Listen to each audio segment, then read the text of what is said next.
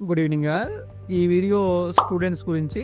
Students చూస్తా ఉంటే advice తీసుకోండి, అలాగే పేరెంట్స్ చూస్తా ఉంటే మీ పిల్లలకి అడ్వైస్ చెప్పండి. ఈ రోజుల్లో పిల్లలు బాగా చదువుతున్నారు, బాగా హార్డ్ వర్క్ చేస్తున్నారు, బాగా ప్రాక్టీస్ చేస్తున్నారు, బట్ వాళ్ళు గుర్తుండట్లేదు కాన్సెప్ట్. అసలు మనం పిల్లోడిని పక్కన కూర్చోబెట్టుకొని అడగాలి, అరే నీకు ఏ రకంగా నేర్చుకుంటే సబ్జెక్ట్ వస్తుంది. ఫస్ట్ టైప్ ఎట్లా ఉంటారంటే పిల్లలు టీచర్ చెప్పేటప్పుడు నేర్చేసుకుంటారు. ఆ సెకండ్ టైప్ ఎలా ఉంటారంటే వీళ్ళు టీచర్ చెప్పింది పేపర్ మీద ప్రాక్టీస్ చేస్తే వాళ్ళకి వస్తుంది. థర్డ్ వన్ ఎలా ఉంటారంటే టీచర్ చెప్పినా రాదు, ఎవరు చెప్పినా రాదు, బట్ వాడికి ఫ్రెండ్ చెప్తే వస్తుంది. ఎవరైనా బెస్ట్ ఫ్రెండ్ ఎవరైనా పక్కన కూర్చోబెట్టి ఎక్స్ప్లెయిన్ చేస్తే వాడికి వస్తుంది. ఫోర్త్ వన్ ఎట్లా ఉంటారంటే వీడే వాళ్ళ ఫ్రెండ్ కి ఎక్స్ప్లెయిన్ చేస్తే వస్తుంది. సో ఈ 4 కాకుండా ఫిఫ్త్ ఉంటుంది.